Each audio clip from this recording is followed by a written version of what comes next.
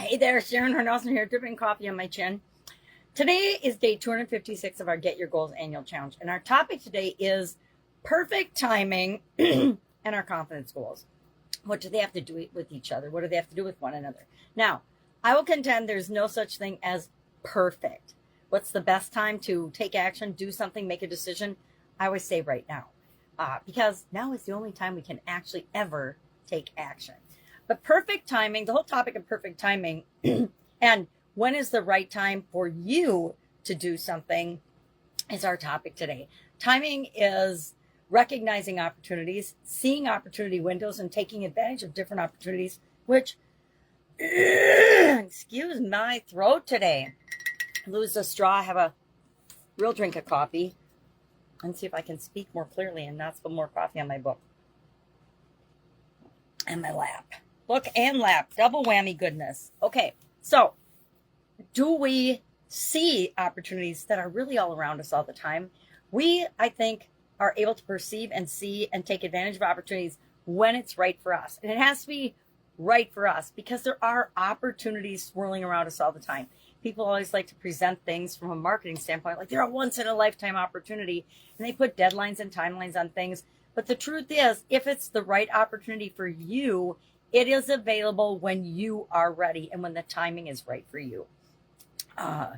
Recognizing them, overcoming self-doubt is imperative because if we doubt ourselves, we have less confidence and we're less likely to take advantage of an opportunity, so the timing won't feel right to us. Getting better at making decisions, being an awesome decision maker, being able to quickly and easily choose among alternatives and make decisions. That's why we do the SOAP framework every single month, is to make it so that decision making and determining the right choice and the right action for us and taking advantage of the opportunities that come our way. Because we don't use the SOAP framework just when there's problems or challenges. We use it when we're faced with possibilities and opportunities so that we take advantage of the right ones at the right time. I've got a strategy for perfect timing. Some of the things that have worked for me are, of course, creating a vision board. I don't know if we've talked about vision boards very much. You know, since The Secret came out and vision boards were the big thing, everybody and their brothers seem to be teaching people how to do vision boards. And I've been doing vision boards with my kids since they were little bitty. I remember the first time my son was 2, and that was 30 years ago, he created a vision binder for the helicopters he wanted for Christmas. Not the toy helicopters, the actual big, real helicopter he wanted for Christmas. Needless to say, he did not get a helicopter for Christmas that year, but he had a vision book created for it. So we want to use tools that help us to see what it is that we want long term.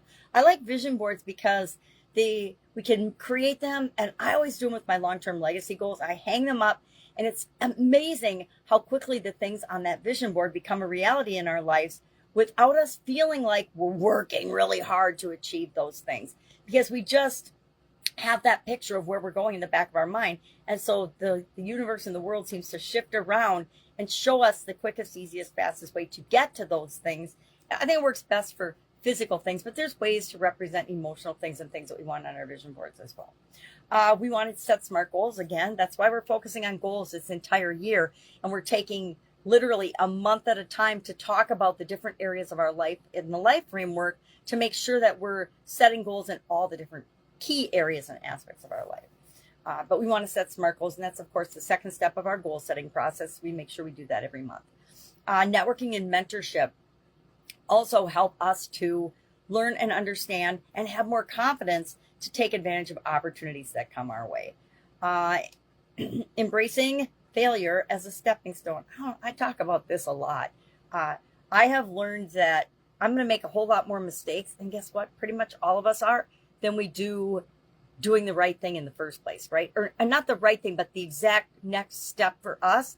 We're going to take probably 100 wrong steps or not perfect steps to every one perfect step that we take next. And that's just the way life works, because we learn so much more from our missteps than we do from the steps that we take right.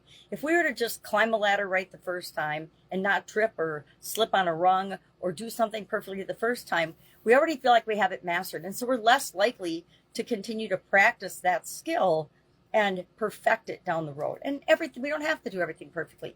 I will contend there is no such thing as perfect anything.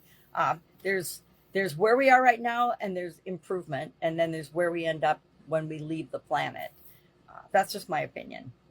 And then finally, the power of patience. Now, I will admit, I am not a particularly patient person.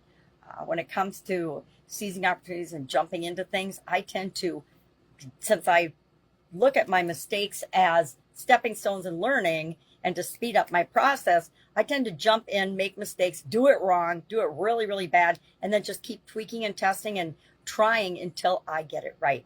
And I'll do some of these other things along the way. I'll find mentors, or I'll network with people, or I'll ask experts and find out, well, what did I do wrong here? Or I figure out what I did wrong and I do something different the next attempt, the next try.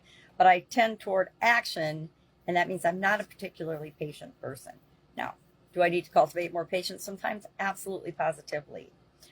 Because it's a very powerful tool. We have to do our homework. We have to do some research before we just jump right into things. Or we become a jack of all trades and a master of none, and we end up burning out and wasting a ton of our time and energy when there is truly an easier way to do things. Now, I have a philosophy that I am always looking for a faster, easier, more efficient, effective way of doing absolutely everything, from daily things like brushing our teeth and fixing our hair to super duper complicated engineering projects and things in the world. Because I know that there's always a way to continually improve everything, anything, everything, every process. That's why I don't believe that there's any perfect thing. So what's our action item today? What do we want to do? How do we want to think about this topic? And how each of these topics, whichever thing we talk about any day, the whole purpose of it is to ask yourself, what does it mean to you? What does perfect timing mean to you? To me, it means that I am moving forward toward my goals and objectives, and that I'm taking action appropriately, that I'm not procrastinating, that I'm not making excuses, that I'm not blaming or doing any of those things that really hold me back. So today, let's just ask ourselves a couple of questions and check in with the impact that this has on us. You know, how do you know when it's time to take action? I know when it's time for me to take action. If I'm at all dissatisfied with the status quo, it's time for me to look for a solution and take some sort of action to change the situation. What triggers or causes you to act right now? We all have cues and triggers and things that say, nope, I can't wait anymore. I need to do something about this right now. Maybe you have a toothache. Guess what? Pain is an incredible motivator for us to take action and solve a problem and fix it, right? And so many of us, and I guess I'd be one of these too, until I'm in the ER because my tooth is so bad on a Sunday, I probably won't call the dentist. I'll just tell myself it's nothing, it's no big deal. That happened to me. My son had to take me to the hospital one time because my face was all swollen up because I had a bad root canal, and the root canal had gotten infected. And of course I'm like, oh, I'll just call the dentist. I can wait till Monday. And by Sunday morning, Sunday afternoon, I was like, yeah, this isn't going to work. My face was like a big old chipmunk, and with nuts packed in there, and it was not good. So went to the hospital, got some tied me over stuff, and they helped me to get some antibiotics. And then the next day, of course, I went to the dentist and had another root canal and all that. So, but pain is a great motivator for us to take action. Now, pain doesn't have to be physical pain, right? We can be having emotional or spiritual pain. Our spirit can be saying, or our soul can be saying, this job is soul sucking. I have got to find something different. It doesn't mean you quit your job. It means you maybe change your way of thinking about your job, or you change your perspective about your situation, etc. So ask yourself today, how do I know when it's time to take action for me, and what triggers me or causes me to act now? Share those in the comments below, because I think it's really powerful to learn from one another. That's it. Have an awesome day. I will, of course, be with you tomorrow. I don't know what our topic is. I don't have my calendar down here. So it's by my video making zone in my office. But it will be something that helps us to feel more confident. Because guess what? When you take action, and when you feel like you've taken the right action at the right time, everything clicks and it totally skyrockets your confidence. All right, have a great day, and I'll, of course, see you tomorrow. Questions, hit me up. Otherwise, have an amazing day.